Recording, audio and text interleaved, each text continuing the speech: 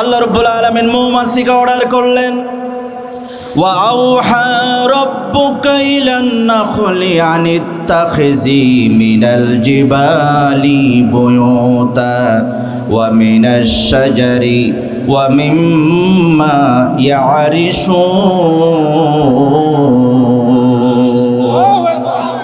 আল্লাহ পাক বলেন, আমি মৌমাছিকে অর্ডার করেছি, মৌমাছিকে ওহী করেছি, আনিত্তাখিজি মিনাল জিবালি বুয়ুতা, তারা যেন পাহাড়ের কিনারে তারা যেন ঘর বাঁধে, ওয়া মিনাশ শাজারি গাছের ডালে যেন তারা ঘর বাঁধে, ওয়া মিম্মা ইয়ারিশুন এবং উঁচু সালে ঘরের সালে তারা যেন ঘর বাঁধে।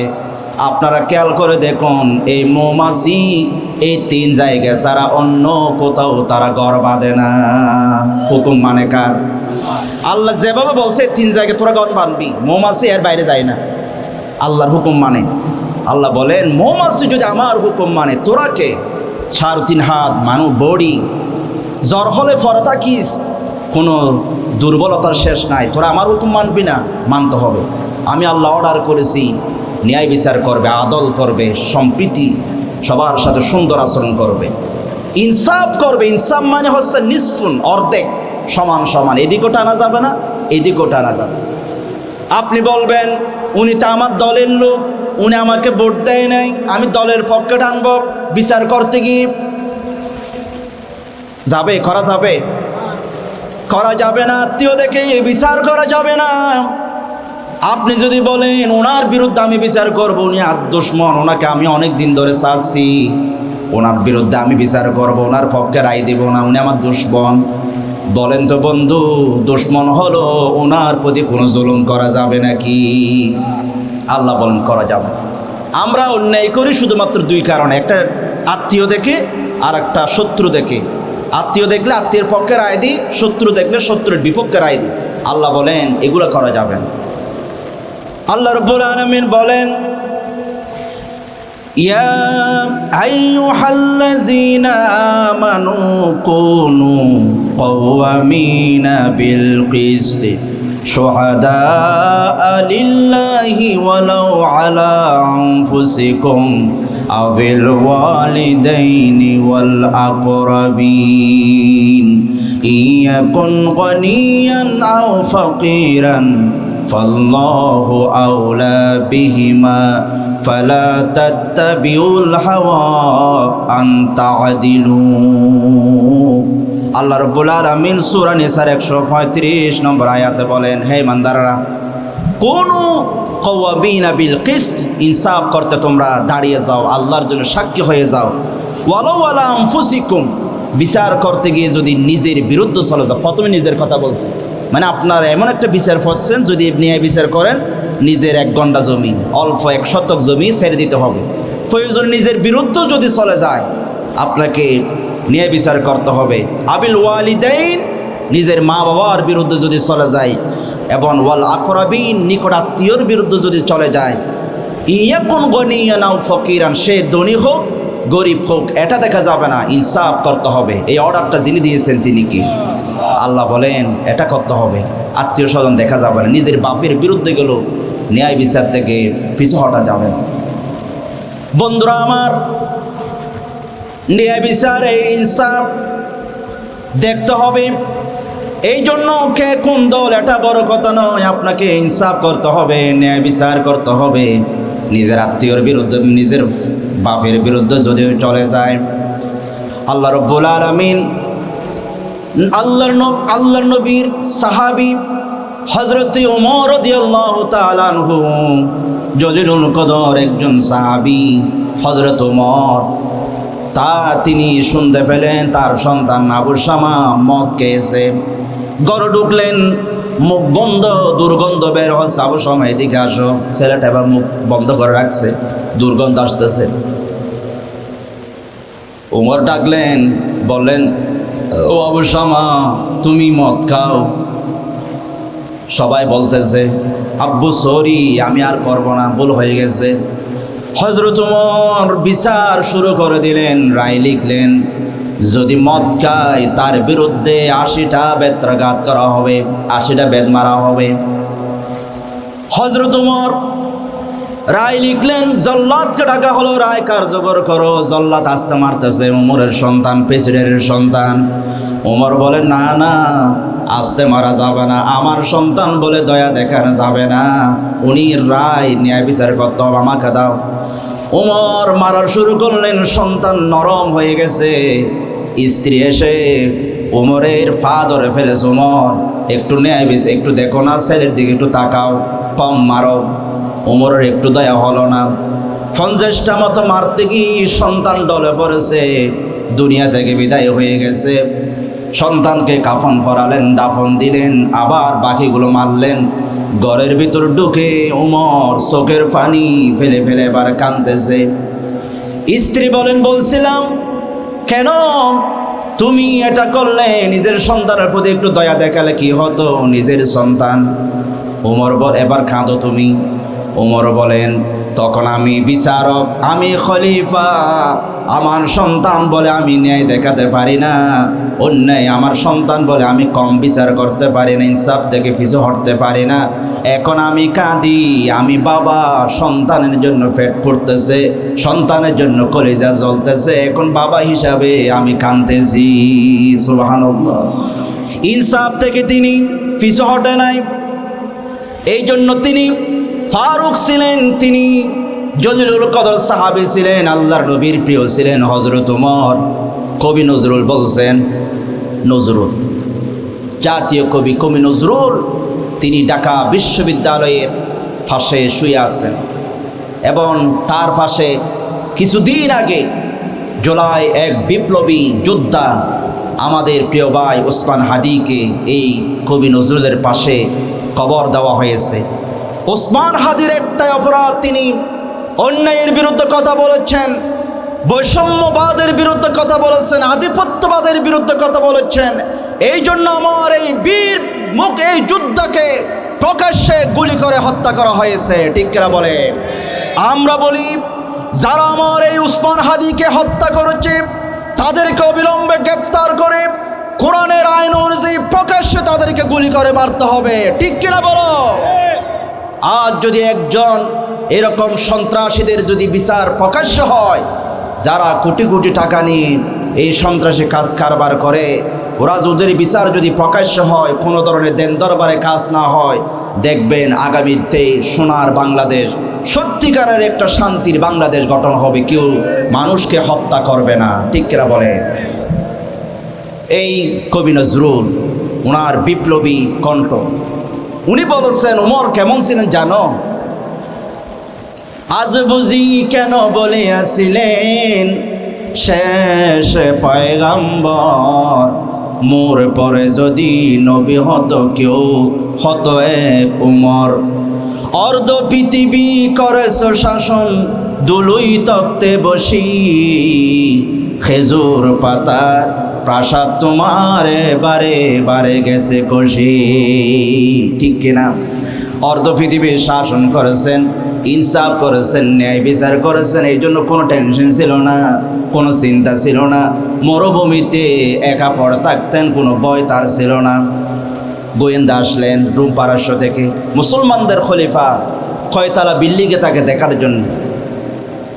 মানুষ বলে, আমাদের খলিফার তো বিল্ডিং নেই। আর বলো না ভাই, কয়তলা থাকে, কোদিকে আছে, কোন ভবন কোনটা? আমাদের খলিফার এরকম কোনো ভবন নেই, খেজুর পাতার প্রাসাদে তিনি থাকেন। তো এখন কোথায়?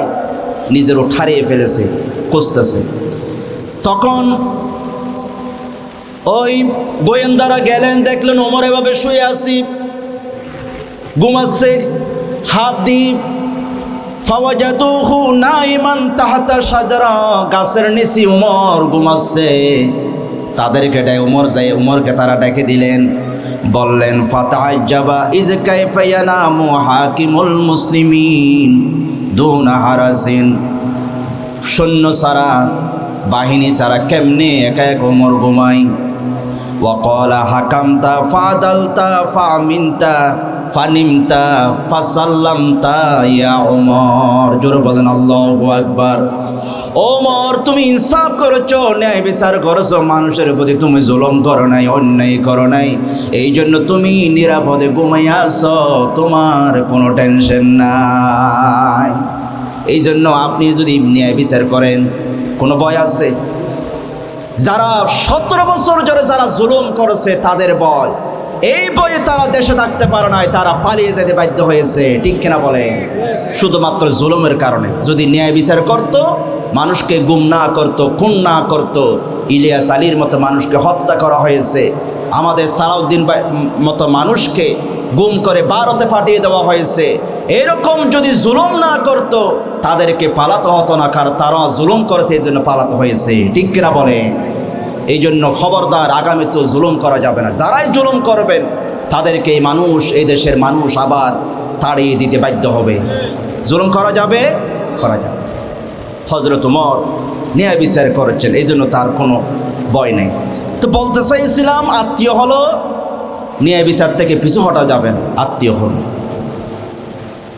আমার মুসলমান ভাইরা, যদি আমরা ইনসাফ করি, ন্যায় বিচার করি, এটা ফরজ করতে হবে, আল্লাহর অর্ডার। এবং সমাজের শান্তি শৃঙ্খলা রক্ষার জন্য ন্যায় বিচার দরকার। সমাজে জান্নাতি পরিবেশের জন্য ন্যায় বিচার দরকার।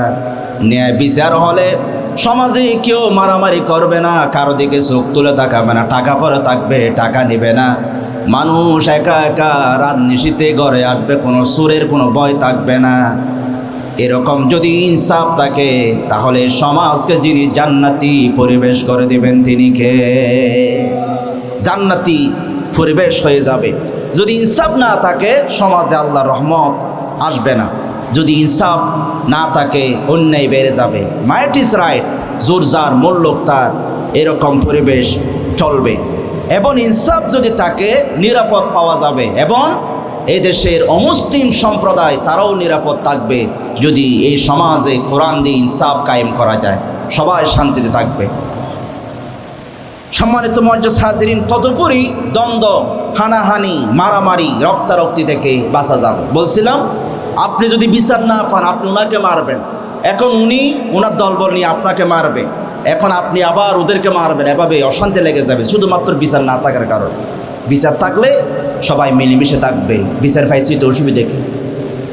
আমার মুসলমান ভাইয়েরা, এই জন্য আল্লাহ রাব্বুল আলামিন বলেন, ইন্নাল্লাহা ইয়া'মুরু বিল আদলি, ন্যায় করার জন্য তোমাদেরকে আমি অর্ডার করলাম, ইনসাফ করার জন্য আমি তোমাদেরকে অর্ডার করলাম। এই আয়াতটা এমন একটা পাওয়ারফুল আয়াত, তাফসীরে মারিফাতুল কোরআন এসেছে 752 নম্বর পৃষ্ঠার মধ্যে এসেছে।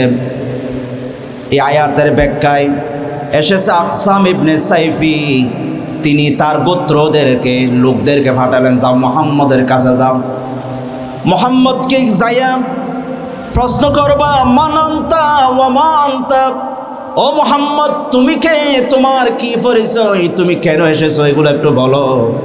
আকসাম ইবনে সাইফির গোত্রের লোকেরা যাইয়া মুহাম্মদ জুড়ে বলে সাল্লাল্লাহু আলাইহি ওয়াসাল্লামের কাছে গেলেন, বললেন, আমরা আমার গোত্র থেকে এসেছি, আমাদের নেতা পাঠাইছে, বলো আপনার কি পরিচয়, আপনি কেন এসেছেন?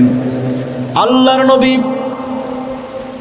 পরিচয় দিলেন, আনা মুহাম্মাদুর রাসূলুল্লাহ সাল্লাল্লাহু আলাইহি ওয়াসাল্লাম, এবং আমি এসেছি আল্লাহর পক্ষে দিন কায়েম করার জন্য, দ্বীনের দাওয়াত দেওয়ার জন্য আমি এসেছি। এবং তারা বললেন, দেখি আপনি কোরআন থেকে আমাদেরকে কিছু শোনান। তখন আল্লাহর নবী সূরা নাহলের 90 নম্বর আয়াতটা তাদেরকে শোনালেন, ইন্নাল্লাহা ইয়া'মুরু বিল আদলি ওয়াল ইহসান, এটা শোনালেন। এটা শোনার পরে এই মানুষগুলো গোত্রের কাছে গেলেন। আকসাম ইবনে সাইফি যখন আয়াতটা শুনলেন, তিনি বললেন, এই আয়াতটা, এই কথা যিনি বলে, ইনসাফের কথা যিনি বলে, উনি নিশ্চিত আল্লাহর নবী, চলো চলো আমরা সবাই মিলে ওনার হাতে কলমা পড়ে মুসলমান হয়ে যায়। এই আয়াত শুনে তারা হাজার মানুষ গোত্র ইসলাম কবুল করেছে। এই আয়াতের তাৎপর্য কত পাওয়ারফুল, কত শক্তিশালী। এবং ওলীদ ইবনে মুগীরা, ওলীদ ইবনে মুগীরা হচ্ছে রাসূল পাকের বড় দুশমন, রাসূলকে পাগল বলে গালি দিয়েছে। ওলীদ ইবনে মুগীরা রাসূলকে গালি দেয়, পাগল বলে। আল্লাহ নবীকে বলছে আনতা মাজনুন, তুমি পাগল। নবীজি এটা শোনার পরই মন মরা হয়ে গেল, চেহারা মলিন হয়ে গেল। আল্লাহ রাব্বুল আলামিন বলেন, বন্ধু ওলীদ ইবনে মুগীরা আপনাকে একটা গালি দিয়েছে, আপনি নাকি জারস, আপনি পাগল। আমি আল্লাহ পাক সূরা কলমের ভিতরে ওলীদ ইবনে মুগীরাকে একটা নয়, দুইটা নয়, 9টা গালি দিয়েছি। জোরে বলেন আল্লাহু আকবার। কয়টা গালি? লাম্মা নাযালাত হাযিহিল আয়াত, তাফসীরে জালালাইনে এসেছে হাশিয়া নম্বর 13, এই আয়াতের ব্যাখ্যায়, সূরা কলমের ব্যাখ্যায়, লাম্মা নাযালাত হাযিহিল আয়াতগুলো যখন নাজিল হয়ে গেল, ওলীদ ইবনে মুগীরা মায়ের কাছে চলে গেল, বলল আমাকে মোহাম্মদ 9টা গালি দিয়েছে, 8টা আমি জানি, ইল্লা তাসিন 9 নম্বরটা আমি জানি না। আমাকে যে বলছে উত্তরলিম বাদা জালিকা জানিন, আমি নাকি জারোর সন্তান, এটা তো আমি জানি না, এটা মা জানবে। মায়ের কাছে যাইয়া তরবারি ধরলেন, মা সত্য কথা বলবি, ফাইল্লাম তুসাদ্দিকিনিল খাবরা দরবতু উনকুকে, তুমি যদি আমাকে সত্য কথা না বলো এমন মারা মারবো, গরদান 2 টুকরা হয়ে যাবে, সত্য কথা বলো। মা বলতেছে, আব্বু দাঁড়া দাঁড়া, আমি সত্য কথা বলি, তোমার বাবা ছিল নপুংসুক, নাবাকা কানা আনিনা, নপুংসুক, সন্তান জন্ম দেওয়ার শক্তি নাই, এই জন্য তো আমার এই সম্পদ কে খাবে, এই জন্য আমি একটা গোলামের সাথে রাত যাপন করেছি, তুই হলি গোলামের সন্তান। যেরকম আল্লাহু আকবার। এই জন্য যুগে যুগে যারা নবীকে গালি দিবে, যুগে যুগে যারা নবীর ওয়ারিস আলেমদেরকে গালি দিবে, কটাক্ষ করবে, তারা নিশ্চিত যার সন্তান ছাড়া কিছু নয়। ঠিক কিনা বলে? আমরা বলি কোনো মুসলিম যদি হয়, হিন্দু বৌদ্ধ খ্রিস্টান যে হোক না কেন, সবাই আমার নবীকে সম্মান করে, তারা কোনোদিনও আমাদের নবীকে গালি দিতে পারে না, একমাত্র যারও সন্তান ছাড়া। ঠিক কিনা বলে? আমরা বলি তারা পাগল, আধা পাগল নাকি পুরা পাগল? জোর হনবাজ সিটেঙ্গা ভাষা আর কি, জোর হনা।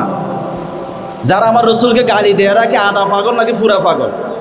পুরা পাগল। এরা যদি পুরা পাগল না হয়, সম্ভব না, নবীকে কোনোদিনও গালি দিতে পারে না। আমার নবী রহমত। আপনাদের মনে করেন সাকারিয়া প্রাইমারি স্কুল আছে না, দিকে প্রাইমারি স্কুলে একজন অফিসার এসেছে, অফিসারটা আসছে একদম বগুড়া সদর থেকে, সরকারি অফিসার। প্রধান শিক্ষককে নিয়ে বললেন চলো ক্লাসে যাই, 5-এ যাই।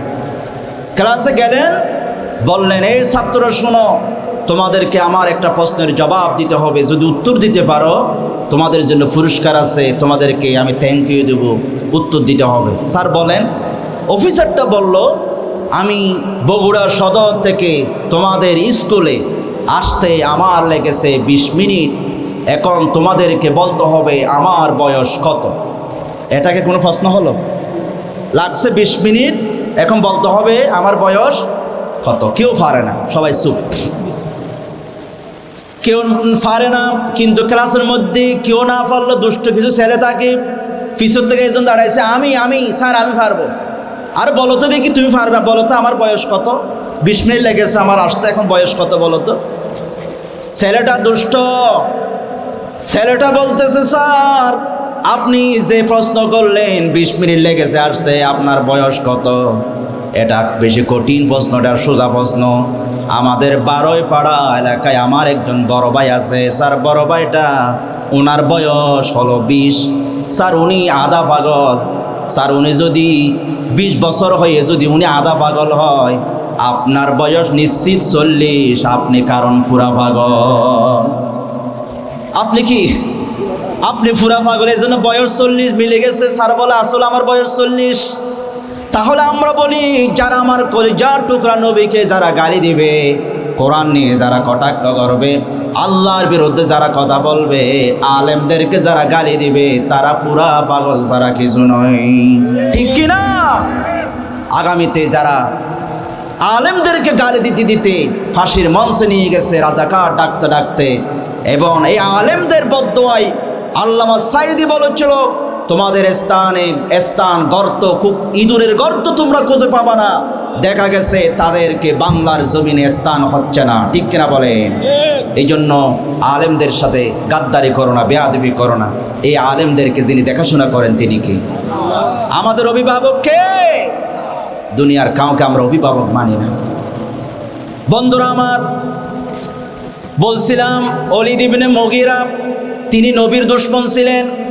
তিনিও একদিন নবীজি যখন এই আয়াতটা তেলাওয়াত করলেন, সূরা নাহলের 90 নম্বর আয়াতটা যখন তেলাওয়াত করলেন, ইন্নাল্লাহা ইয়ামুরু বিল আদলি ওয়াল ইহসান ওয়া ইতাই যিল কুরবা, এই আয়াতটা যখন নবীজি তেলাওয়াত করলেন, ওলীদ ইবনে মুগীরা নবীর চরম দুশমন, নবীর বড় দুশমন, তিনি আয়াতটা শুনলেন, অনেকক্ষণ শুনলেন। রসুলকে বলতেছেন আরো বলেন ভাই পুত, আরো বলেন, মজা লাগতেছে। মন দিয়ে শুনলেন, বারবার শুনলেন। শোনার পরে জাতির কাছে, কুরাইশদের কাছে এসে বললেন, শোনো শোনো, আমার কিছু কথা আছে। মুহাম্মদের জবান থেকে আমি এমন মজার একটা আয়াত শুনেছি, ওয়াল্লাহু ইন্না লাহু লাহালাওয়া, আল্লাহর কসম করে বলি, মুহাম্মদ যখন তেলাওয়াত করে এটা মধুর সে মিষ্টি। একটু জোরে বলেন আল্লাহু আকবার। ওয়া ইন্না আলাইহি লাতালাওয়া, এটার উজ্জ্বলতা রয়েছে, এটার সৌন্দর্য রয়েছে। ওয়া ইন্না আসলুহু লামুরাক, এটার শাখা প্রশাখা রয়েছে। ওয়া আলাহু লামুসমার, এই তেলাওয়াতের ফল রয়েছে, মজাদার ফল রয়েছে।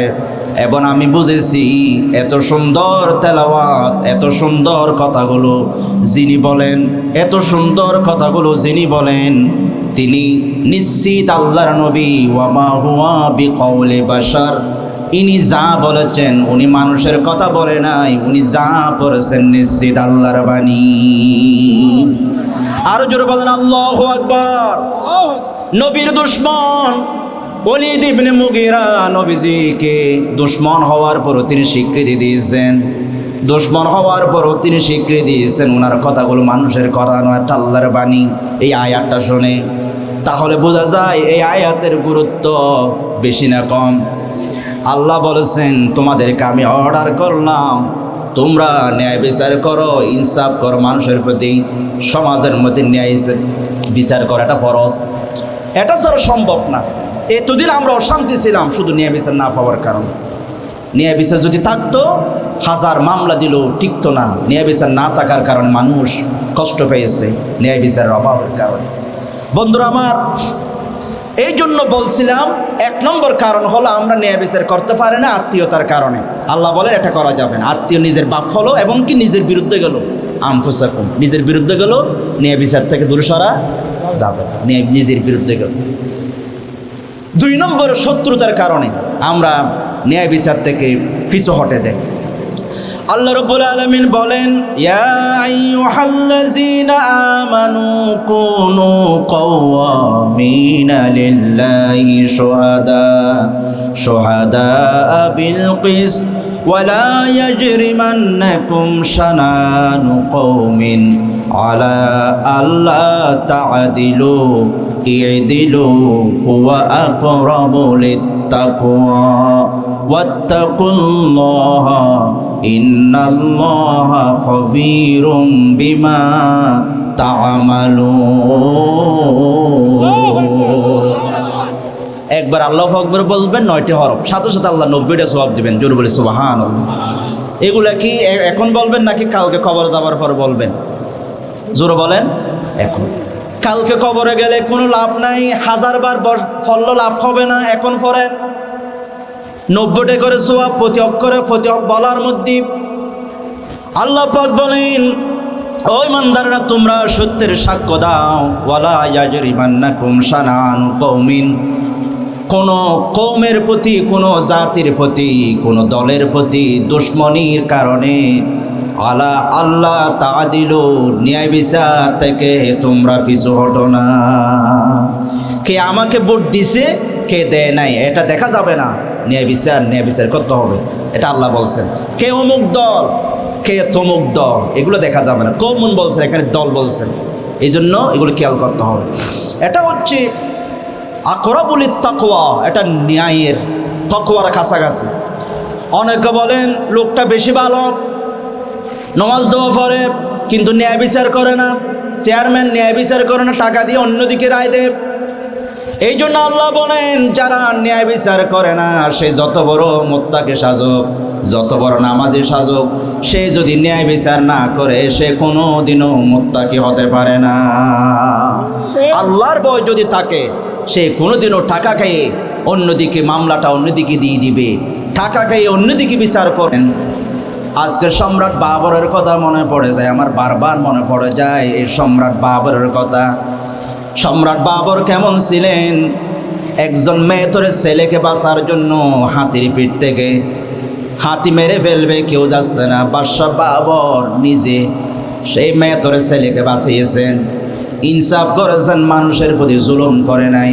এই জন্য 800 বছর মুসলমান শাসকরা ভারতের জমিন শাসন করেছে, একটা হিন্দুকে জোর করে কোনোদিনও তারা মুসলমান বানায় নাই। ঠিক কিনা? আজকে সম্প্রীতির কথা বলে তারা। আজকে সম্রাট বাবর যদি বেঁচে থাকতো, উনি বলতো, আমি যদি চাইতাম একটা হিন্দু ভারতের জমিনে থাকতো না, আমি জোর করে চাইলে মুসলমান বানাতে পারতাম। ঠিক কিনা? ওরা 800 বছর শাসন করেছে, একজন হিন্দু থাকতো না ভারতের জমিনে। আজকে এত হিন্দু আছে, তার মানে হলো মুসলমানরা কাউকে জোর করে নাই, মুসলমানরা ইনসাফ করেছেন, মুসলমানরা মানুষকে ভালোবাসা দিয়েছেন। সম্রাট বাবর এত ন্যায়পরায়ণ শাসক হওয়ার পরও ওনার নামে যে মসজিদ, বাবরের মসজিদকে তারা ব্যঙ্গে সুরমার করে দিয়েছে। ঠিক কিনা বলেন? ভারতের মুসলমানরা আবার জেগে উঠেছে হুমায়ুনের অধীনে, এক মুসলিমের অধীনে। আবার তারা বাবরের মসজিদ তারা বানাচ্ছে, এমনকি একজনে 8 কোটি পর্যন্ত দিছে। মানুষরা, মহিলারা মাথায় ইট করে নিয়ে আসতেছে, ইট নিয়ে আসতেছে, সিমেন্ট নিয়ে আসতেছে। তারা বলছে, আমরা আবার বাবরের মসজিদ কায়েম করব। কতটা ভাঙবে তোমরা? যতই ভাঙবে ততই গড়বো। এটার নাম হলো মুসলমান। ঠিক কিনা বলে? এবং বাংলাদেশেও বাবরের মসজিদ তৈরি করার জন্য চলতেছে মামুনুল হক সাহেব তারা। তাহলে বন্ধুরা আমার, মুসলমানরা শাসন করেছে, ইনসাফ করেছে, অন্যায় কারো প্রতি জুলুম করেন। জাহাঙ্গীর তার স্ত্রী ছাদের উপর উঠে ফাঁকি শিকার করতেছে, তীর দিয়ে ফাঁকি শিকার করতেছে। ফাঁকি শিকার করতে গিয়ে, তীর মারতে গিয়ে রাস্তায় তীরটা পড়ে। একজন দুফা, কাপড় কাঁচা একজন দুফা অমুসলিম, তার বুকে তীরটা লাগলো, তিনি সাথে সাথে মারা গিয়েছেন। দুফার স্ত্রী তীরটা নিয়া বাদশাহ জাহাঙ্গীরের দরবারে চলে আসলেন। জাহাপনা, আপনার এদিক থেকে খেয়ে যেন তীর মেরেছে, আমার স্বামী মারা গেছে, আমি বিচার চাই, ন্যায় বিচার করেন। আপনার নাম, আপনি মুসলমান, আপনারা বলেন আপনারা নাকি ইনসাফ করেন, আমিও বিচার চাই, দেখেন কে করেছে। বাদশাহ বলেন, ঠিক আছে, আমি তদন্ত করি, তুমি আসিও, আগামীকালকে বিচার হবে। ন্যায় বিচার চাও? হ্যাঁ, ন্যায় বিচার, আগামীকাল আসিও, আমি ন্যায় বিচার করব। তদন্ত করে দেখলেন তীরটা বাদশার রাজপ্রাসাদ থেকে কেউ না কেউ মেরেছে। এখানে তীরের মধ্যে দাগ আছে, রাজপ্রাসাদের তীর। তো গোয়েন্দা তথ্য দিয়ে তিনি বের করলেন অমুক টাইমে ওখানে কে উঠেছে।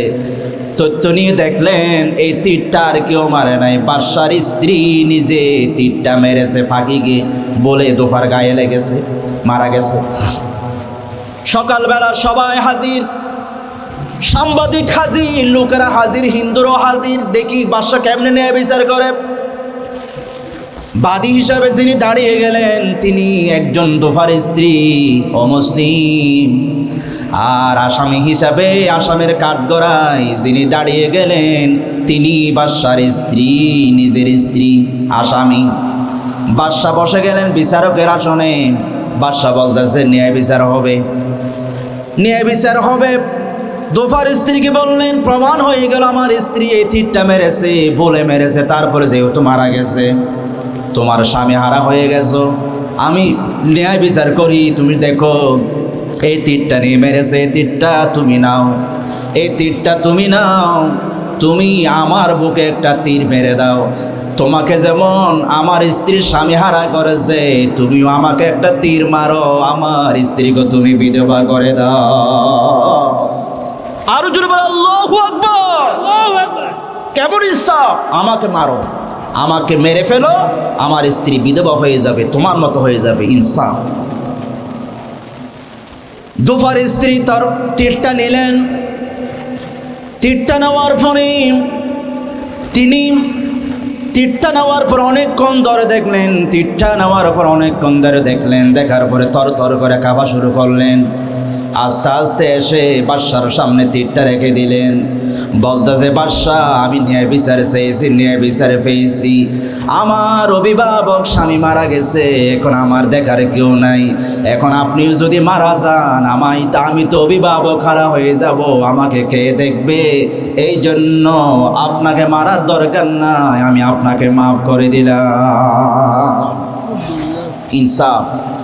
আপনি মুসলমান বলে অমুসলিমকে উনি হিন্দু, উনার বিরুদ্ধে কোনো মামলা রায় দেওয়া যাবে? ইসলাম শিক্ষা দিয়েছে। ও আমার হিন্দু, বৌদ্ধ, খ্রিস্টান, অন্য ধর্মাবলম্বী মানুষ, শুনো, ইসলাম সম্প্রীতির কথা বলে, ন্যায়ের কথা বলে। ইসলামে একজন অমুসলিম মেতরের ছেলেকেও কোনো ধরনের অন্যায়ভাবে তাদের প্রতি জুলুম করা যায় না। ঠিক কেনা বলে? কারো প্রতি জুলুম করা যায় না, ইসলাম অনুমতি দেন। বিল আদল, ইনসাফ করতে বলেছেন ইসলাম। আমার মুসলমান ভাইরা, আমরা যদি ইনসাফ করি, এটা হলো নবীদের কাজ। ইনসাফ করা এটা শুধু আমাদের কাজ না, এটা কাদের কাজ? নবীদের কাজ। নবীদেরকে পাঠাইছেন ইনসাফ করার জন্য। আল্লাহ রাব্বুল আলামিন বলেন, লাকাদ আরসালনা রুসুলানা বিল বাইয়িনাত ওয়া আনজালনা মাআহুমুল কিতাবা ওয়াল মিজান লিয়াকুমান নাসু বিল কিসত। আল্লাহ রাব্বুল আলামিন বলেন, আমি যুগে যুগে অসংখ্য নবীদেরকে আমি প্রেরণ করেছি, বাইয়ানাত দিয়েছি, নিদর্শন দিয়েছি। ওয়ানজালনা মাহুমুল কিতাব, তাদেরকে আমি কোরআন দিয়েছি, কিতাব দিয়েছি। ওয়াল মিজান, মিজান মানে হলো দাড়ি পাল্লা। মিজান মানে কি? দাড়ি পাল্লা, ইনসাফের প্রতীক, ন্যায়ের প্রতীক। আমি ইনসাফ করার জন্য এরকম মিজান দিয়েছি। আমার উদ্দেশ্য হলো লিয়াকুমান্নাসু বিল কিস, এই নবীরা দুনিয়ায় যায়া মানুষকে ইনসাফ করবে, ন্যায় বিচার শিক্ষা দিবে। নবীদের কাজ ইনসাফ করা, এটা আমার আপনার কাজ। নবীদের দায়িত্ব আমাদের উপরে এসেছে। আল্লাহ পাক আমাদের নবীকে স্পেশালি বলছেন, নবী আপনি বলে দিন, ওয়াকুল আমানতু বিমা আনজালাল্লাহু মিন কিতাব ওয়া উমিরতু লিআদিলা বাইনাকুম। আল্লাহ পাক বলেন, ও নবী আপনি বলে দিন, আপনি কিতাবের উপর ঈমান এনেছেন, এবং আপনি বলে দিন আপনাকে মানুষের মাঝে ইনসাফ করার জন্য আদেশ করা হয়েছে। আল্লাহ পাক নবীকে অর্ডার করেছেন, নবী আপনি ইনসাফ করবেন। ওয়া উমিরতু লিআদিলা বাইনাকুম, মানুষের মাঝে আপনি ইনসাফ করবেন, এটা আমি আপনাকে অর্ডার দিয়েছি, আপনি বলে দেন সবাইকে, আমি আসছি ইনসাফ করার জন্য। ইনসাফ। নবীজি কেন মনভাবে ইনসাফ করেছেন দেখিয়ে দিয়েছেন। দেখেন, মাত্র 6 দিন বয়স হালিমাতুস সাদিয়া রাদিয়াল্লাহু তাআলা আনহা, তিনি শিশু নিতে আসলেন মক্কার জমিনে। কোনো শিশু পেলেন না। তিনি বলেন, আব্দুল্লাহর সন্তান, এতিম সন্তান মুহাম্মদকে নিয়ে যাই, বেশি ভালো লেগেছে। দেখলে মন জুড়াইয়া যায়। এতিম মানুষ, টাকা পয়সা দিবে না, কিন্তু বড় দরদি, বড় চেহারা সুন্দর, বড় মায়ার ছেলেটা আমার ভালো লেগেছে। স্বামী বলে, যাও না, নিয়ে আসো। হালিমা গেলেন, শিশু মুহাম্মদকে যখন বুকের সাথে জড়াইয়া নিলেন, হালিমাতুস সাদিয়া বলেন, আমার বুকের মধ্যে দুধ ছিল না, আমি দুর্বল ছিলাম, কিন্তু শিশু মুহাম্মদকে যখন আমি বুকে নিলাম, আমার বুকের মধ্যে দুধ এসে গেছে। বরফ আমি গোড়ায় তুললাম, আমার উটের মধ্যে তুললাম, দুর্বল উট। শিশু মুহাম্মদকে নিলাম, উটটা সবল হয়ে গেছে, সবার আগে চলে গেছে। আমি শিশু মুহাম্মদকে দুধ খেতে দিলাম, ডাম দুধটা দিলাম, খাই। আমি যখন বাম দুধ দিই, খাই না। ডান দুধ দিলে খাই, বাম দুধ দিলে খাই না। বারবার যখন চেষ্টা করি, শিশু মুহাম্মদ যেন আমার দিকে ফেল ফেল করে তাকাইয়া বলে, আম্মু আমি ডান দুধ আমার অধিকার, বাম দুধ আমার দুধ ভাই আব্দুল্লাহর অধিকার। আমি এসেছি ইনসাফ করার জন্য। আমি যদি বাম দুধ খেয়ে ফেলি আমার ভাইয়ের হক মারা হয়ে যাবে। আমি এসেছি ইনসাফ করতে, আমি বাম দুধ আমি খেতে পারি না। শিশু তিনি ইনসাফ করে দেখিয়েছেন, ভাইয়ের হক মেরে খায় না। আমরা 80 বছর 70 বছর বয়সে আমরা যখন হজ করে আসি, হজ করে আসার পরে মুরব্বী মানুষ জুব্বা রেখে ভাইয়ের সম্পত্তি দখল করতে চলে যায়। এরকম মানুষ আছে কি নেই? ভাইয়ের হক মেরে খায়, হজ করে আসে, হক দেয় না, বোনের হক দেয় না, বোনকে ঠকাইয়া দেয়। বোন একটু দোয়া করিস, আমি হজ করতে যাচ্ছি, উমরা করতে যাচ্ছি, একটু দোয়া করি। মাথায় হাত বুলে দিছি বোনের মাথায়, দোয়া করিস।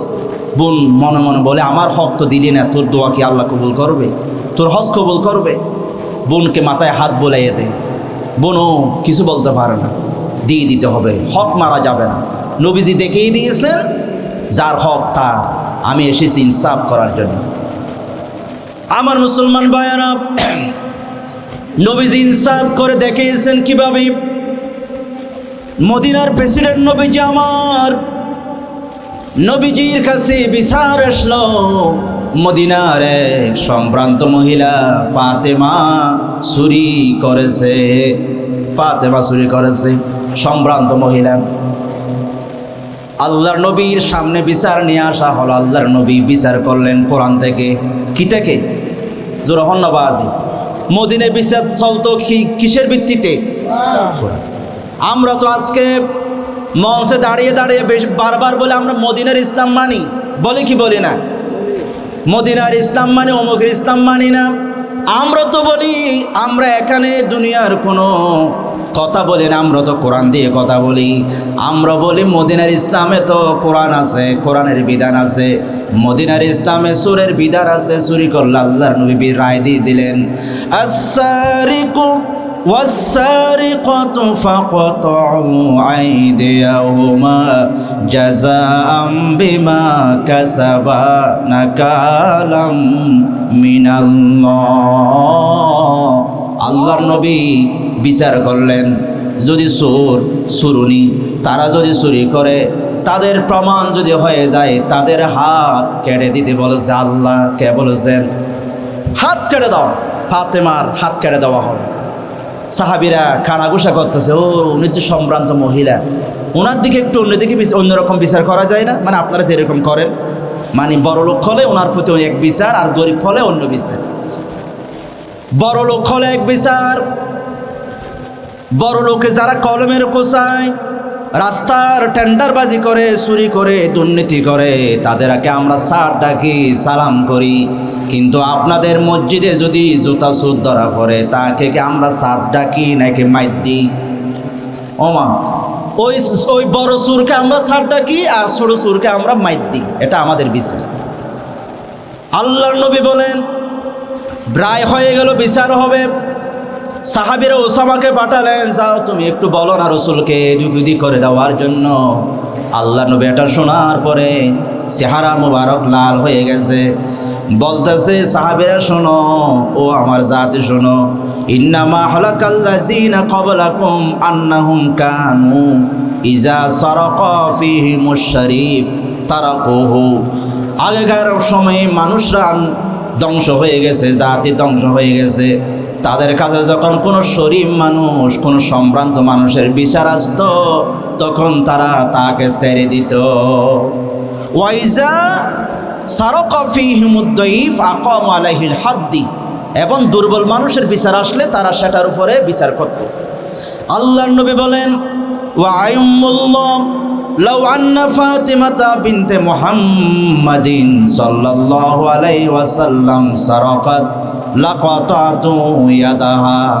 আল্লাহর নবী বলেন, আমার মেয়ে ওই গোত্র ফাতেমার মেয়ে নয়, ফাতেমা নয়, নিজের কলিজার টুকরা মেয়ে ফাতেমা যদি চুরি করত, তাহলে আমি নবী নিজে তার হাত কেটে দিতাম। জোরে বলে আল্লাহু আকবার। আমি নিজে কেটে দিতাম। তাহলে বন্ধুরা বোঝা যায়, এরকম একটা বিচার আমার সমাজে, আমার দেশে যদি কায়েম হয়ে যায়, বাংলাদেশের সচিবালয়ের সামনে, সংসদের প্লাজার সামনে যদি এরকম একটা সুরের বিচার করা হয়, এর পরের দিন থেকে বাংলাদেশে আর সুর থাকবে নাকি?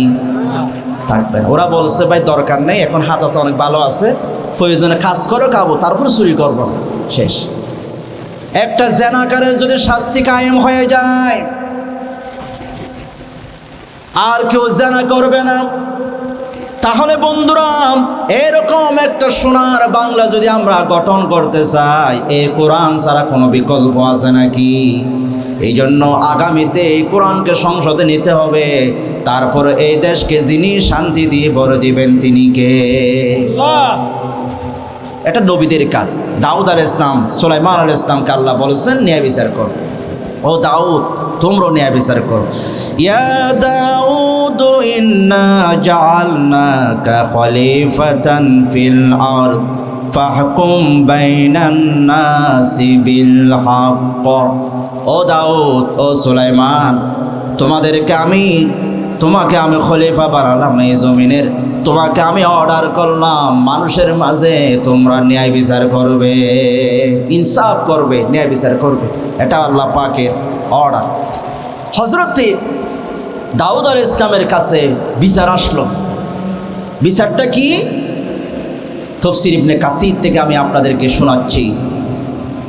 বিচার আসলো, একজন বিধবা মহিলা, স্বামী মারা গেছে, সুন্দর। তো উনাকে যখন রাস্তা দিয়ে হাঁটে, এলাকার কিছু দুষ্ট ছেলে, লম্পট ছেলে ওনাকে ডিস্টার্ব করে। তখন উনি সমাজের সর্দারের কাছে গেছে, দেখো আমাকে ওই ছেলেরা ডিস্টার্ব করে, তুমি একটু বিচার করো, তুমি সর্দার মানুষ। সর্দার এই মহিলার সৌন্দর্য দেখে পাগল হয়ে গেছে, বলছে তুমি এক কাজ করো, তুমি আমার সাথে রাত কাটাও, তো আমি এমন বিচার করব ওরা জীবনে তোমার দিকে তাকাবে না। মহিলা বলে আমি আল্লাহকে ভয় করি, আমি এই কাজ করতে পারি না। ওই ছেলেরা আবার ডিস্টার্ব করে, তখন মহিলাটা উপরে চলে গেছে, চেয়ারম্যানের কাছে চলে গেছে। চেয়ারম্যানও আবার একই প্রস্তাব, তুমি আমার সাথে রাত যাপন করো। মহিলা বলে না না, আমি তোমার এই কাজ সম্ভব না। ওনাকে আবার ডিস্টার্ব করে উপরে চলে গেল, উনিও বললো একই কথা। মহিলা বলে না না, আমি এটা সম্ভব না। এভাবে 4 জনের কাছে বিচার নিয়ে গেছে, সবাই মহিলাকে খারাপ প্রস্তাব দিয়েছে। এখন 4 জনে যখন মহিলাকে বুক করতে পারলো না, তখন 4 জন একইছি, এই শোনো এই মহিলাটা তো অনেক চেষ্টা করলাম, পাইলাম না, মহিলাকে আমরা একটা শাস্তি দিই। কি শাস্তি? ওরা একটা পরামর্শ করলো, হযরতে দাউদ আলাইহিস সালামের কাছে ওরা চলে গেল। সূরা আম্বিয়ার 78 নম্বর আয়াতের ব্যাখ্যা তাফসীর ইবনে কাসির এসেছে ঘটনাটা। ওরা 4 জন হযরতে দাউদ আলাইহিস সালামের কাছে যাইয়া বিচার দিচ্ছে, দাউদ ও নবী, ওগো খলিফা বাদশা, আমাদের 12 ফাড়া এলাকায় একজন মহিলা আছে, মহিলাটা বেশি খারাপ। কি রকম খারাপ? এই মহিলা কুকুরের সাথে খারাপ কাজ করে, কুকুরকে রাত্রে নিয়ে ঘুমায়। এই মহিলা বড় খারাপ, কুকুরের সাথে রাত যাপন করে। বাদশা বলেন তাই নাকি? সাক্ষীকে? এই তো উনি আছে। একজন হবে না, আরো জন আছে, উনি আছে 4 জন। ওরা 4 জনে হাত তুলে বলছে, বাদশা সাহেব, ও দাউদ নবী, আমরা দেখেছি এই মহিলা খারাপ, কুকুরের সাথে রাত যাপন করে। সুলাইমান দাউদ আলাইহিস সালাম রায় লিখে দিলেন, 4 জন সাক্ষী, এই মহিলা যেহেতু কুকুরের সাথে খারাপ কাজ করে, রাত্রে তাকে এই মহিলাকে ফাঁসি দেওয়া হবে, এই মহিলাকে হত্যা করা হবে। রায় হয়ে গেল। তখন এই মহিলাকে ফাঁসি দেওয়ার জন্য, রায় কার্যকরের জন্য টুট্টু লেগে গেল, মহিলাটা কাঁদতেছে। সুলাইমান আলাইহিস সালাম আল্লাহর নবী, 10 বছরের শিশু, তিনি বলে মহিলা কাঁদো কেন? তিনি বলো ভাই আর বলো না, আমার বিরুদ্ধে 4 জন সাক্ষ্য দিয়েছে, আমি নাকি কুকুরের সাথে খারাপ কাজ করি, আমাকে আপনার আব্বু দাউদ আমাকে ফাঁসি দিয়েছে, আমার ফাঁসি হয়ে যাবে। সুলাইমান আলাইহিস সালাম বললেন তাই নাকি? আমি হলে বিচারটা অন্যরকম করতাম। দাউদ আলাইহিস সালাম বলে কেমন? এ আব্বু, এ চারিদিকে এসো। অন্যরকম মানে আমার উপরে তুমি কথা বলো, কি রকম করতে একটু বলো তো। সুলাইমান আলাইহিস সালাম বলেন, আব্বু আপনি যে বিচারটা করেছেন আমি হলে অন্যরকম করতাম। বলো না কি রকম তুমি বিচার করবে আব্বু? আচ্ছা ঠিক আছে, আমি করি। 4 জনকে 4টা রুমের ভিতরে আপনি রেখে দেন, তারপর আমি বিচার করব। সাক্ষী 4জনকে 4 রুমের ভিতরে বন্দি করলেন। করার পর একজনকে ডাকলেন, এদিকে আসো, দাঁড়াও। যে মহিলা যে কুকুরের সাথে থাকে রাত্রে তোমরা দেখেছো? হ্যাঁ দেখেছি তো। বলে তো কুকুরের রং কি? উনি বলে কুকুরটা কালো আর কি, কালো কালো। আচ্ছা ওষুধ, ওনাকে নিয়ে যাও আরেক রুমে। আরেকজনকে ডাকছে, বলো তো কুকুরটার রং কি? উনি বলে ও আচ্ছা সাদা সাদা, কুকুরটার রং সাদা। ওনাকে আরেক রুমে নিয়ে যাও। 10 বছর ছেলের জ্ঞান দেখেন, দাও সুলাইমান আলাইহিস সালাম। আরেকজনকে ডাকছে, কুকুরটা কীরকম বলো তো? নীল। অসুবিধা নেই, ঠিক আছে, আরেক রুমে নিয়ে যাও। আরেকজনকে ডেকে উনি বললেন কুকুরটা তো লাল। 4 জনে এক কথা নাকি 4 কথা? জোরে বলেন, 4 কথা। এটা শোনার পরে দাউদ আলাইহিস সালাম বসা আছে। আব্বু দেখেন এরা 4 জন মিথ্যাবাদী, একজন মহিলার প্রতি তারা মিথ্যা অপবাদ দিয়েছে। দাউদ আলাইহিস সালাম সাথে সাথে নিজের রায় আবার পরিবর্তন করে দিলেন। তিনি বলেন আমার বিচারটা এরকম হবে। তিনি বলেন যেই মহিলার প্রতি তারা অপবাদ দিয়েছে ওনাকে মুক্তি দেওয়া হলো, ওনার প্রতি অপবাদ দেওয়ার কারণে এই 4 জনকে ফাঁসির মঞ্চে নিয়ে যাও। জোরে বলেন আল্লাহু আকবার। ন্যায় বিচার যদি থাকে, ইনসাফ যদি থাকে, এই সমাজে যিনি শান্তি দিয়ে বড় দিবেন তিনি কে? আরো জোরে বলেন তিনি কে? আল্লাহ রাব্বুল আলামিন। এই জন্য বলছেন ইনসাফ করো, ন্যায় বিচার করো। ন্যায় বিচার করলে লাভ কি? 1 নম্বর লাভ হলো আল্লাহ ভালোবাসবেন। আমাদের কে ভালোবাসবেন? আল্লাহ। আল্লাহ রাব্বুল আলামিন বলেন وَإِنْ حَكَمْتَ فَحْكُمْ بَيْنَهُمْ بِالْقِسْطِ إِنَّ اللَّهَ يُحِبُّ الْمُقْسِطِينَ।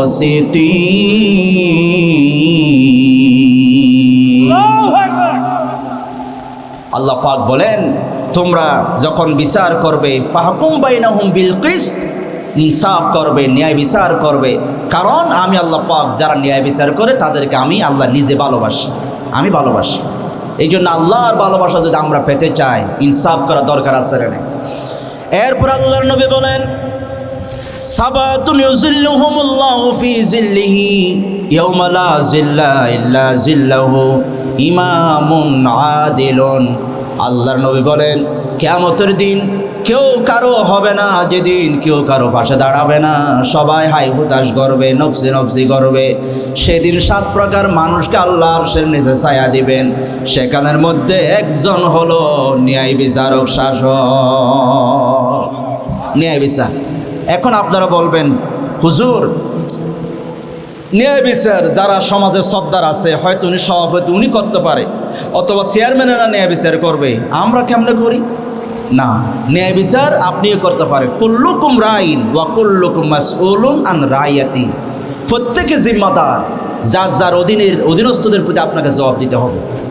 আপনি নিজের পরিবারে ন্যায় বিচার করবেন, সমাজে ন্যায় বিচার করবেন, সন্তানের প্রতি ন্যায় বিচার করবেন। একজনকে সম্পত্তি একখানে দিলেন, আরেকজনকে হাত ধোয়াই দিলেন, কিছু দিলেন না, এটা জুলুম। এটা কি? একজনকে বেশি দিলেন আরেকজনকে কম দিলেন, এটা করা যাবে না। স্ত্রীকে মারলেন, এটাও জুলুম, এটা আপনি ন্যায় করেন নাই। স্ত্রীর প্রতি সদা আচরণ করতে যিনি বলেছেন তিনি কে? আল্লাহ। ওয়া আশিরুহুন্না বিল মারুফ, ন্যায় বিচার করো, আল্লাহ বলেছেন স্ত্রীর প্রতি সদা আচরণ করতে হবে। তাদেরকে বেশি এমন তোলা যাবে না তারা বিরুদ্ধচারণ করবে, আবার নিচের দিকেও ফেলে দেওয়া যাবে না। এই জন্য তাদেরকে মাঝামাঝি থেকে আল্লাহ সৃষ্টি করেছে। ওদেরকে মধ্যম পন্থায় রাখতে হবে, ওদের ভাষাও বুঝতে হবে, ভাষা। আহমদ শৌকানি ফিলিস্তিনের একজন লেখক, তিনি এই ফিলিস্তিনের লেখক, উনি একটা বই লিখেছেন, বইটার নাম হলো লিররিজালি ফাকাত। বইয়ের নাম হচ্ছে শুধুমাত্র, এই বইটা পুরুষদের জন্য, এই জন্য মা বোনদের শোনার দরকার নেই, আপনারা শোনেন। এই মহিলা, এটা হচ্ছে ফিলিস্তিনি লেখক, উনি বাচ্চা কেমন উনি হয়তো বাইরে ছিলেন। আজকের ফিলিস্তিনের এমন অবস্থা হয়েছে, আমার ফিলিস্তিনি মা বোনদের সব ঘর বাড়ি তারা ব্যঙ্গে সুরমার করে দিয়েছে, ঠিক কিনা বলেন? শিশুরা খাওয়ার জন্য যায়, তাদেরকে সেখানে গুলি করে মারা হয়। এই ফিলিস্তিনি আজ মুসলমান শাসকরা দেখে দেখে, তামাশা দেখে, এটার জন্য আমাদেরকে আল্লাহর দরবারে জবাব দিতে হবে, ঠিক কিনা বলেন? কাঁদেন, আল্লাহর কাছে দোয়া করেন। আমাদের একটাই আশা, শুধুমাত্র আল্লাহ যেন ফিলিস্তিনকে স্বাধীনতা দান করেন, আমিন। বন্ধুরা আমার, আহমদ শৌকানি বলেন এই ওয়াজটা পুরুষের জন্য। মহিলাদের ভাষা আমরা বুঝি না, মহিলারা কি বলতে চায় আমরা বুঝি না, এই জন্য আমরা রাগ করি, তাদেরকে মারা শুরু করি, বাহির থেকে আসলে মারা শুরু করি। মহিলারাও বোঝে না, স্বামীর মেজাজ বোঝে না। স্বামী ঘরে ঢুকে সারাদিন কাজ কারবার করে, ঘরে ঢুকে মহিলাটা এমনভাবে বড়র বড়র করতে থাকে, স্বামীর মাথা রাগ গরম হয়ে যায়, মারা শুরু করে, ঠিক কিনা? মানে ঘরে ঢুকলে মহিলাটা মাথা শুরু করে, স্বামীর রাগ উঠে যায়। এই জন্য আমার মা বোনেরা, আপনারা ধৈর্য ধরবেন, স্বামীর অবস্থা বুঝবেন, কম কথা বলবেন, স্বামীর উপরে আওয়াজ করে কথা বলবেন না। যদি আপনি নিরাপদে থাকতে চান এবং পরিবারকে নিয়ে সুন্দর একটা সমাজ পরিবার গঠন করতে চান, তাহলে নারীদেরকে ধৈর্যশীল হওয়ার দরকার আছে না নাই? স্বামীর কথা বুঝতে হবে। এবং আপনাদেরও কিছু দায়িত্ব আছে, আপনারও স্ত্রীর কথা বুঝেন না, আপনারও কোনো কিছু না বুঝে মারা শুরু করেন, বুঝতে হবে তাদের ভাষা। নারীর ভাষা কি? ওই বইয়ের 218 নম্বর পৃষ্ঠায় আহমদ শৌকানি বলেন নারীর কিছু ভাষা আছে। একটা ভাষা হলো, মনে করেন দাদা কে আসেনি, দাদি আসেনি, আল্লাহু আকবার, আল্লাহ জান্নাতের মেহমান করুক, সকলে বলে আমিন। মনে করেন মুরব্বী ডাক্তারের কাছে যাবে, অথবা মনে করেন যুবক ভাই ডাক্তারের কাছে যাবে স্ত্রীকে নিয়ে, ডাক্তার কাছে যাবে, বলে তুমি রেডি হয়ে যাও, আমি গাড়ি ডাকতেছি, আর কয় মিনিট লাগবে? মহিলাটা বলবে হামসুদা কয়েক 5 মিনিট। কয় মিনিট? বা এই আমার 5 মিনিট লাগবে, তুমি গাড়ি আসতে বলো, আমার 5 মিনিট লাগবে, আমি রেডি হয়ে যাবো, বোরহাটা পরা।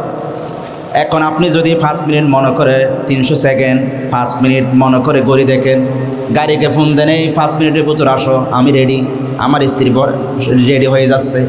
এখন গাড়ি এসে বসে থাকছে, আপনি দেখলেন 5 মিনিট হয়ে গেছে, 5 মিনিটের পরে 10 মিনিট হয়ে যাচ্ছে, তারপরও আপনার স্ত্রী এখনও সুনা ফেয়ার লাভলি এখন বরহাও পরে নেই, ঠিক কিনা? 10 মিনিটের পরে 20 মিনিট হয়ে গেছে, এখন বরহাও পরে নেই। এখন আপনার এমন রাগ উঠছে, বলছিলি 5 মিনিট, এখনও তো তৈরি হতে পারলি না, মারা শুরু করলেন। ওনার ভাষা বোঝেন নাই। এই জন্য লেখক বলেন মহিলারা যখন বলবে 5 মিনিট, এটার অর্থ হবে মহিলাটা আপনাকে বলতেছে লা ইয়ানজুরু ইলা সাআতিক, আপনি আপনার ঘড়ির দিকে তাকাবেন না, আমার রেডি হতে যতক্ষণ লাগে এতক্ষণ পরে আপনি গাড়ি বলবেন। তার মানে মহিলাদের 5 মিনিট মানে অন্তত 1 ঘন্টা, ঠিক কিনা? আপনারা খেয়াল করে দেখিয়েন, যখন আপনার স্ত্রী বলবে 5 মিনিট, নিশ্চিত 1 ঘন্টা লাগবে তৈরি হতে, অথবা আধা ঘন্টা লাগবে। এখন আপনি যদি বুঝেন 5 মিনিট মানে আধা ঘন্টা লাগবে, তাহলে শান্তি পাবেন। যদি মনে করেন 5 মিনিট মানে 5 মিনিট, তাহলে আপনার মাথা গরম হয়ে যাবে, এতক্ষণ লাগছে কেন? আবার মাঝে মধ্যে মহিলাদের আরও অনেক কিছু ভাষা আছে। একটা ভাষা হলো, মহিলারা আপনি বলছিলেন বিকালে সকালে ডাক্তার মানে অফিসে যাওয়ার আগে আমি তোমাকে নিয়ে ঘুরতে যাব, অথবা তোমার বাপের বাড়িতে বেড়াতে যাব। এখন আপনি দুপুরে বলতেছেন আমার অফিসে অনেক কাজ, আমি যেতে পারবো না, আজকে হবে না। এখন আপনি বাসায় যখন ঢুকছেন, তখন আপনার স্ত্রী হাফ করে থাকছে, আর কথা বলেন এরকম করে থাকছে, ফুলে থাকছে আর কি। তখন আপনি বললেন কি হয়েছে, কোনো সমস্যা? তখন আপনার স্ত্রী বলবে লা শাই, কোনো সমস্যা না। এখন আপনি যদি কোনো সমস্যা না মানে যদি বুঝেন কোনো সমস্যা না, আপনি স্ত্রীর ভাষা বোঝেন নাই। স্ত্রী যখন বলবে লা শাই, তখন আপনাকে বুঝতে হবে কুল্লু শাই, অনেক কিছু করছে। ওনাকে যে আমি বাপের বাড়ি নিচ্ছি না, এই জন্য উনি রাগ করেছে, এই জন্য উনি আমার সাথে কথা বলতেছে না। স্ত্রীর লা শাই মানে অনেক কিছু করছে, এটা বুঝতে হবে। বন্ধুরা আমার, তাহলে মূল কথা হচ্ছে আমার নারী জাতি এরা সম্মানের জাতি, এদেরকে আল্লাহ সম্মানিত করেছেন, ইসলাম সম্মানিত করেছে। এই জন্য এই নারী জাতি, আপনারা যারা নারী অধিকারের নামে আপনাদেরকে ঢুকাইয়া দেয়, ইসলাম নারীদেরকে ঠকাইছে, তাদের খপ্পর আপনি পড়বেন না। আপনি বুঝে নেবেন ইসলাম আসার আগে নারীদের কোনো সম্মান ছিল না, জীবন্ত কবর দেওয়া হতো।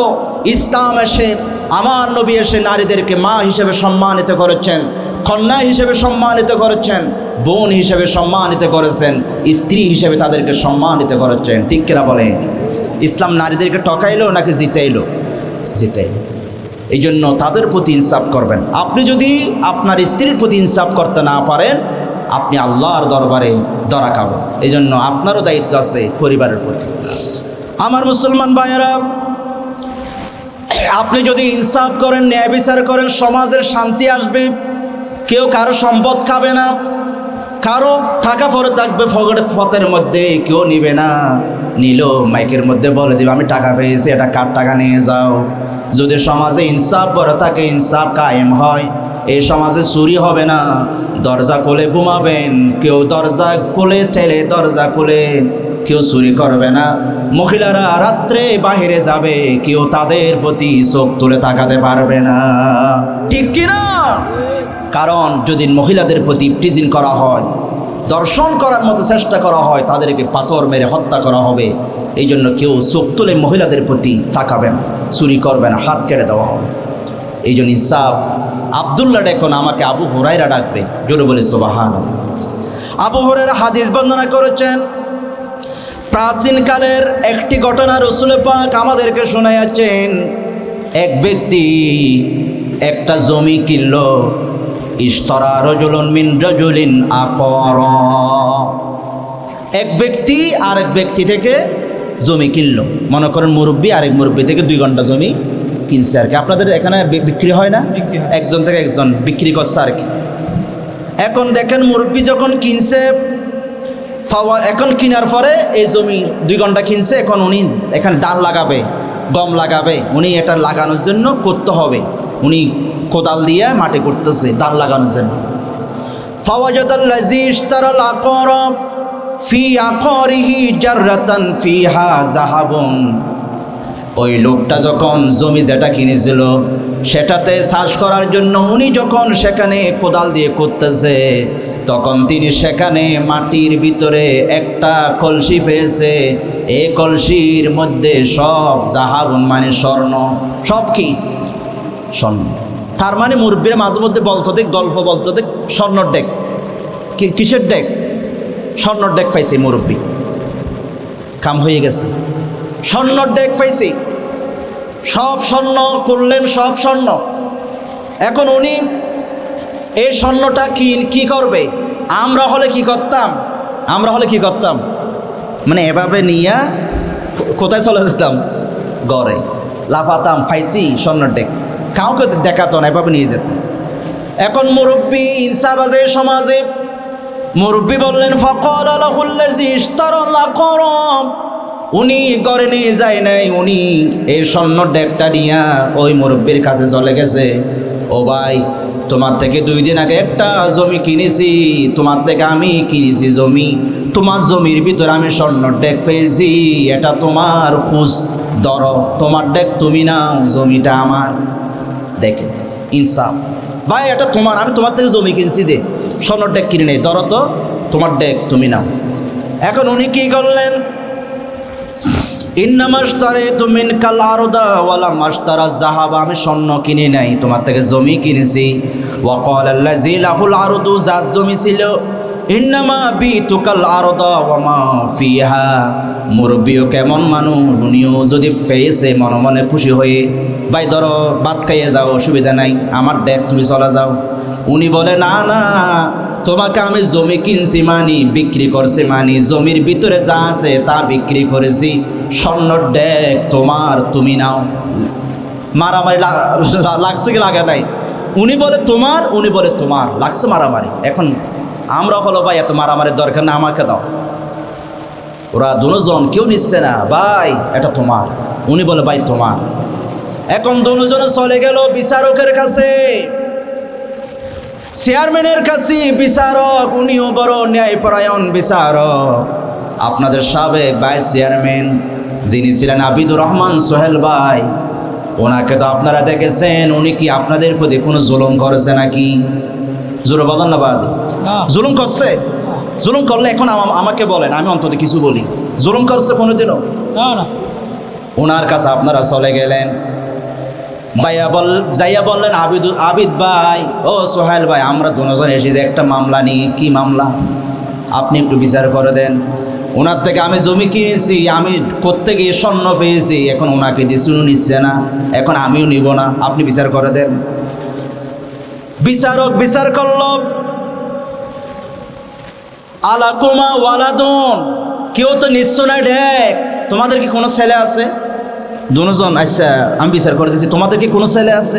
আপনার কোনো ছেলে আছে? নেই? আছে? আল্লাহ, একজনও নেই? মাশাআল্লাহ মাশাআল্লাহ, মেয়েদেরকে আল্লাহ হেফাজত করুন। আপনার কোনো ছেলে আছে? মাশাআল্লাহ, একজনের মেয়ে আছে আর একজনের ছেলে আছে। হাদিসের দিকে খেয়াল করেন।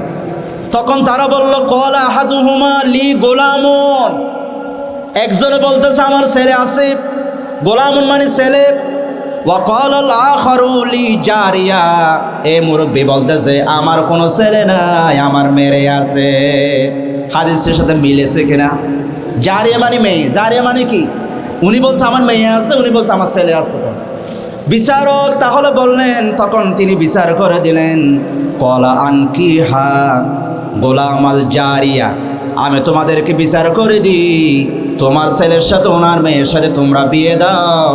বিয়ে দেওয়ার পরে ওয়ানফিকা আলা আনফুসিহিমা মিনহু ওয়া তাসাদ্দাকা, তাদের বিয়েতে স্বর্ণ থেকে তোমরা খরচ করো আর কিছু আল্লাহর রাস্তায় দান করো। তাহলে এরকম একটা ইনসাফপূর্ণ বিচারের কারণে এই সমাজে যিনি শান্তি দিলেন তিনি কে? এরকম যদি একটা সমাজ থাকে, মানুষ অন্যায় করবে না, জুলুম করবে না, এইরকম শান্তির সমাজ আমরা চাই। এই শান্তির সমাজ যদি আমরা আগামীতে প্রতিষ্ঠা করতে চাই, কোরআন ছাড়া কোনো বিকল্প নাই, ঠিক কিনা? এই কোরআন দিয়ে সমাজ চলক, বিচার চলক, আদালত চলক। কারা কারা চান রাত গভীর একটা হাত তুলে আল্লাহকে দেখাইয়া দাও। আমাদেরকে ইনসাফ করতে হবে। ইন্নাল্লাহা ইয়া'মুরু বিল আদলি, আদলের কথা অর্ডার করেছেন যিনি, তিনি কে? আল্লাহ।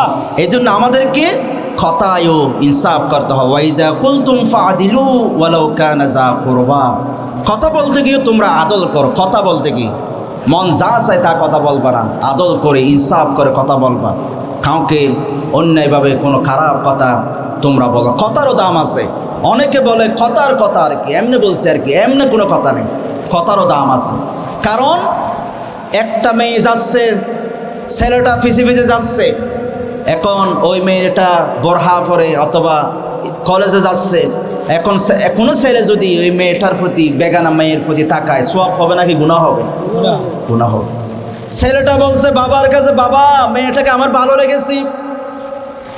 বাবা মেয়ের বাপের কাছে গেলেন, দুজন রাজি হয়ে গেছে, ছেলে মেয়ে দুজনকে বিয়ে পড়ালেন হুজুর আইয়ুব ভাই। আইয়ুব আল আনসারি বলেন অসুবিধা না, আমি বিয়ে পড়াইয়া দিই, মা বাপ দুজন রাজি। আইয়ুব আল আনসারি ভাই ছেলেটাকে বললেন, মেয়ের পক্ষ থেকে প্রস্তাব এসেছে, তুমি কি কবুল করলানি? ছেলেটা বলছে কবিল তু। কথা কয়টা? এই কথা একটা শব্দ বলার কারণে যে মেয়ের দিকে তাকানো গুনাহ ছিল, এই মেয়ের দিকে তাকালে যিনি সওয়াব দিবেন তিনি কে? এই জন্য কথার কথা কোনো কথা নেই, কথারও দাম আছে। আপনি রাগের মাথায় আপনার স্ত্রীকে তালাক দিলেন, তাল্লাক তোকে তালাক দিলাম, এখন ওনার দিকে তাকানো গুনাহ। এই জন্য কথারও দাম আছে। আপনি মন যা আছে বলতে পারবেন, আদল করবেন, কথা বলতে। আমাদেরকে ইনসাফ করা, সন্তানদের প্রতি ইনসাফ আমাদেরকে করতে হবে। সম্মানিত মুআজ্জাজ হাজিরিন, আমাদেরকে প্রত্যেক জায়গায় ইনসাফ করতে হবে। হুজুর ইনসাফ করতে হবে কেমনে? প্রতি বিচারে, প্রতি কাজে কারবার আপনাকে ইনসাফ করতে হবে। 12 তারিখ ফেব্রুয়ারির যখন সকাল 7টা, 7:30 থেকে শুরু করে 4টা 5টা পর্যন্ত ভোট চলবে, এই ভোটের মধ্যে ইনসাফ আছে না নাই? আরও আসতে বলেন আছে না নাই? সেখানেও ইনসাফ করতে হবে। তাফসীরে মারিফুল কোরআনের 315 নম্বর পৃষ্ঠা এবং সূরা মায়েদার 8 নম্বর আয়াতের ব্যাখ্যায় আমি দেখেছি, মারিফুল কোরআন থেকে আপনাদেরকে শোনাচ্ছি। একটা ভোটের মধ্যে 3টা দিক। ভোট যখন দিতে যাবেন, এখানে 3টে বিষয় জড়িত। কয়টা বিষয়? 3টা। 1 নম্বরে ভোট দেওয়া মানে সাক্ষ্য দান। ভোট দেওয়া মানে কি? এ কথাটা আমি আমার বানানো কথা বলছি না, এটা কোরআন থেকে এবং তাফসীরে মারিফুল কোরআন মুফতি মুহাম্মদ শফি, যিনি কওমি জগতের বড় একজন আলেম, পক্কদের কাছে ওনার তাফসীরটা আছে মারিফুল কোরআন, সেখান থেকে আমি বলছি। 315 নম্বর পৃষ্ঠা আপনি দেখবেন, না হয় আবার আপনারা বলবেন হুজুর রাজনীতি করছে। ভোটের একটা অর্থ হলো সাক্ষ্যদান। আপনি সাক্ষ্য দিচ্ছেন এই লোকটা ভালো, উনি ইনসাফ করবে, উনি ন্যায় বিচার করবে, সাক্ষী দেওয়া। 2 নম্বর অর্থ হলো সুপারিশ করা। আমি ভোট দেওয়ার অর্থ হলো আমি সুপারিশ করতেছি এই লোকটা ভালো, উনি সংসদে গেলে মানুষের হক মেরে খাবে না, রাস্তার টাকা মেরে খাবে না, বিল্ডিংয়ের টাকা মেরে খাবে না, মসজিদের টাকা খাবে না, উনি ভালো, আমি সুপারিশ করতেছি, ওনাকে ক্ষমতা দিচ্ছি সুপারিশ করে। 3 নম্বর অর্থ হলো সম্মিলিত অধিকার সম্পর্কে ওকালতি করা। আমরা সবাই মিলে ওকালতি করতেছি, ওনাকে যেন পাঠাতে পারে সংসদে, উনি গেলে সংসদে ভালো কথা বলবে, উনি গেলে ইনসাফ করবে, মানুষের হক মেরে খাবে না, দুর্নীতি করবে না, মানুষকে গুম খুন হত্যা রাহাজানি করবে না, ঠিক কিনা বলেন? এই 3টা বিষয় ভোটের সাথে জড়িত। এখন আপনি যদি ভালো মানুষকে, কোনো সৎ মানুষকে ভোট দেন, ওনার ব্যাপারে 3টা কথা আপনি বললেন, আপনি সাক্ষ্য দিচ্ছেন উনি ভালো, আপনি সুপারিশ করতেছেন উনি ভালো, আপনি ওকালতি করতেছেন উনি ভালো। এখন উনি যদি সত্যিকারের অর্থ ভালো হয়, তাহলে আপনি যে ভোট দিলেন এটাও একটা ইবাদত, এটাও একটা কি ইবাদত, সওয়াব। উনি যত ভালো কাজ করবে সওয়াব পাবেন। আবার অন্যদিকে আপনি যদি যাকে দিয়ে ভোট দিয়ে ফাটালেন, উনি যদি, আপনি সাক্ষ্য দিলেন উনি ভালো মানুষ, আসলে উনি মদ খায়, আসলে উনি কী খায়, আপনি সাক্ষ্য দিলেন উনি দুর্নীতি করবে না, উনি ভোটের পরে দুর্নীতি করতেছে। আপনি সুপারিশ করলেন উনি খুব ভালো মানুষ, কিন্তু উনি ভোটের পরে মানুষের প্রতি জুলুম করতেছে, ইনসাফ করতেছে না। আপনি ওকালতি করলেন ওনার পক্ষে, কিন্তু উনি ভোটের পরে উনি খারাপ কাজ করতেছে, মানুষ হত্যা করতেছে, চুরি করতেছে। তাহলে ওনাকে যে আপনি একটা রায় দিলেন, এটা নিশ্চিত একটা গুনার কাজ করলেন, ঠিক কিনা বলে? ওয়ামান ইয়াশফা শাফাআতান হাসানাতান ইয়াকুল লাহু নাসিবুম মিনহা, যে নাকি যে সুপারিশ করবে, ভালো সুপারিশ করবে, তার জন্য রয়েছে নসিবুন মানি, অংশ। মানে উনি যত ভালো কাজ করবে আপনিও একটা অধিকার পাবেন, আপনি একটা সওয়াব পাবেন, অংশ পাবেন। ওয়ামান ইয়াশফা শাফাআতান সাইয়্যাতান ইয়াকুল লাহু কিফলুম মিনহা। আর আপনি যদি কোনো চোর, দুর্নীতিবাজ, ডাকাতি করে, মাস্তানি করে, মদ খায়, এরকম মানুষকে যদি আপনি সাক্ষ্য দিয়ে যদি সংসদে পাঠান, উনি যত চুরি করবে, ডাকাতি করবে, দুর্নীতি করবে, প্রত্যেক দুর্নীতির একটা একটা গুনাহ আপনার আমল নামায়, বিকাশে আমল নামায় অটোমেটিক যিনি পাঠাইয়ে দিবেন তিনি কে? আল্লাহ। এই জন্য ভাই একটা ভোট দিয়ে 500 টাকা দিয়ে বিক্রি হওয়ার দরকার নাই, কারণ উনি 5 বছরে দুর্নীতি করবে, এই গুণ আমি নিতে পারবো না। এই জন্য ভালো মানুষকে আমাদেরকে সাক্ষ্য দেওয়ার দরকার আছে না নাই? আমি কি এখানে কোনো রাজনীতির কথা বলছি? তো সরকারও তো এটা বলে, সরকারও তো বলছে তোমরা যারা দুর্নীতি করে না তাদেরকে ভোট দাও, যারা ব্যাংক ডাকাতি করে, মাস্তানি করে, তাদেরকে দিও না। এটা তো আমরা সরকারের পক্ষ বললাম এবং তাফসীর থেকে আমি আপনাদেরকে শুনিয়ে দিলাম, ঠিক কিনা বলেন? বন্ধুরা আমার, এই জন্য ন্যায় বিচার করতে হবে। ন্যায় বিচার যদি আমরা না করি, আল্লাহ পাক আমাদেরকে শান্তিতে রাখবেন না। ন্যায় বিচার ছাড়া কোনোদিনও পরিবারে, সমাজে শান্তি আসবে না। ন্যায় বিচার লাগবে, আপনি কোনো দিনও শান্তি পাবেন না। এই মুরব্বী যদি বলে আমি শুধু ন্যায় বিচার করবো না, সব করব, জীবনও শান্তি আসবে না এই সমাজে। ন্যায় বিচার করতে হবে, ন্যায় বিচার থাকলে শান্তি আসবে। আমার মুসলমান ভাইয়েরা, এই জন্য জুলুম করা যাবে না, ন্যায় বিচার করতে হবে। আল্লাহ তাআলা বলেন ইন্নাল্লাহা ইয়ামুরু বিল আদলি, ইনসাফ করো, ন্যায় বিচার করো, মানুষের প্রতি জুলুম করো না। মানুষের প্রতি যদি জুলুম করো তাহলে আল্লাহ পাক তোমাকে পরকালে দেখাবেন, দুনিয়ায় অপমান করবেন। যেমন আমরা দেখেছি ইনকিলাব পত্রিকায় 8 অক্টোবর 2018 সালের একটা রিপোর্ট আমি দেখেছি। ওবায়দুর রহমান খান নদভী তিনি একটা লেখা লিখেছেন, মজলুমের দোয়ায় আল্লাহর প্রতিশোধ। ওবায়দুর রহমান খান এখনও আছে, তিনি একটা লেখার মধ্যে লিখেছেন মজলুমের দোয়ায় আল্লাহর প্রতিশোধ। এখানে আমি ঢুকে দেখলাম কি লিখছে। একজন বুজুর্গ ব্যক্তি নদীর কিনারা দিয়ে পাহাড়ি অঞ্চলে হেঁটে হেঁটে যাচ্ছেন। কিছু দূর যাওয়ার পরে কিছু ছেলেরা খেলাধুলা করতেছে। আপনাদের এলাকায় যারা বল খেলে, ফুটবল খেলে, তারা কি দিয়ে বল খেলে? ফুটবল খেলে পা দিয়ে এবং বল দিয়ে, ঠিক কিনা? বল দিয়ে লাথি মারে, বলে লাথি মারে, এটা ফুটবল খেলা। ওই আল্লাহর বুজুর্গ দেখলেন একটা মাঠের মধ্যে ছোট ছেলেরা বিকেলবেলা খেলাধুলা করতেছে, কোনো বল নয়, একজন মানুষের মাথার খুলি দিয়ে তারা ফুটবল খেলতেছে। জোর বলি নাউজুবিল্লাহ। মানুষের মাথার খুলি দিয়া লাথি মেরে মেরে ফুটবল খেলতেছে। মাথার খুঁড়িটা এই নদী দিয়ে আসছে আর কি, এই মাথার খুঁড়িটা নিয়ে তারা লাথি মারতেছে। আল্লাহর ওলি বলে, এই ছেলেরা দেখো তো মানুষের মাথার খুলি, তোমরা এরকম করো না। এদিকে নিয়ে আসো, এদিকে নিয়ে আসো। মাথার কুলিটা তিনি নিলেন, এক জায়গায় করে দাফন করে দিলেন। দাফন করার পরে তিনি মোরাকাবায় বসে গেলেন। কেন এটা কার লাশ, এটা কার মাথার কুলি, ওনাকে এভাবে ছেলেরা লাথি মারতেছে কেন? আল্লাহ পাক ওনাকে ইলহাম করলেন, জানিয়ে দিলেন, ওগো আমার বন্ধু, তুমি যে মানুষের মাথাটা নিয়ে নিয়েছো, এই মাথাটা কার তুমি জানতে চাইছো, আমি তোমাকে জানাচ্ছি, শোনো। এই মাথাটা একজন বাদশাহ, একজন বিচারকের, ওনার মাথা। ছেলেরা এখন খেলাধুলা করতেছে, কারণটা কি? ওই বিচারক একজন মানুষকে, একজন ছেলেকে অন্যায়ভাবে ধরে নিয়ে এসেছে, রায় দিয়েছে ছেলেটাকে ফাঁসি দেওয়া হবে, মারা হবে। মা দৌড়ে আসছে, বলছে আমার ছেলের কোনো দোষ নাই, আমার ছেলেকে আপনি মাফ করে দেন, আমার ছেলে কোনো দোষ করে নাই। উনি বলেন, না, দোষ না করলো আমার বিরুদ্ধে মিছিল করছে কেন? এই ওনাকে গুম করে ফেলো, ওনাকে মেরে ফেলো। এরকম ক্ষয়শিকা হয় নাই।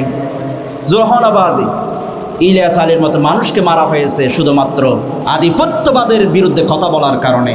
ওসমান হাদিকে মারা হয়েছে শুধুমাত্র আধিপত্যবাদের বিরুদ্ধে কথা বলার কারণে। ঠিক কিনা বলে? এখন উনি আল্লাহর ওলিকে আল্লাহ তাআলা জানাচ্ছেন, অন্তরে জানাচ্ছেন, দেখো উনি বিচারক ছিল, অন্যায়ভাবে একটা ছেলেকে নিয়ে আসছে, মারার অর্ডার দিয়েছে। মা কাঁদতেছে, মার সামনে ছেলেটাকে মেরে ফেলছে। মা বলছে, আল্লাহ, আমি মজলুম, আমার ছেলে কোনো দোষ করে নাই, অন্যায় করে নাই, আমার ছেলেকে এভাবে কেন মারলো? আমি মজলুম, তোমার কাছে আমি বিচার দিলাম। আল্লাহ, তুমি আমি মজলুমের দোয়া কবুল করো, ওই বাদশার মাতানি ছেলেদেরকে বল মারার মতো তুমি ব্যবস্থা করে দাও। আমি আল্লাহ মজলুমের দোয়া কবুল করেছি। এই বাদশা মারা গেছে, কবর দিয়েছে, কবর থেকে পানি দিয়ে আমি পানি দিয়ে ভেঙ্গে মাথাটা বের করে দিয়েছি। মাথাটা এখানে নিয়ে এসেছি, ছেলেরা লাথি মেরে মেরে মাথায় ফুটবল খেলতেছে। জোরে বলেন আল্লাহু আকবার। এই জন্য যারা জুলুম করবেন তারা খেয়াল রাখবেন, জুলুম করা যাবে না। আল্লাহ পছন্দ করেন না, জালেমদেরকে আল্লাহ সহ্য করেন না। এই জন্য যদি আমরা ভালোবাসা পেতে চাই, আমরা যদি সমাজে শান্তি পেতে চাই, ও সাকারিয়া 12 পাড়ার মানুষ, আমাদেরকে সমাজে ইনসাফ, ন্যায় বিচার আমাদেরকে প্রতিষ্ঠা করা লাগবে। ঠিক কিনা? আল্লাহ তাআলা আমাদেরকে কবুল করুক, সকলে বলে আমিন।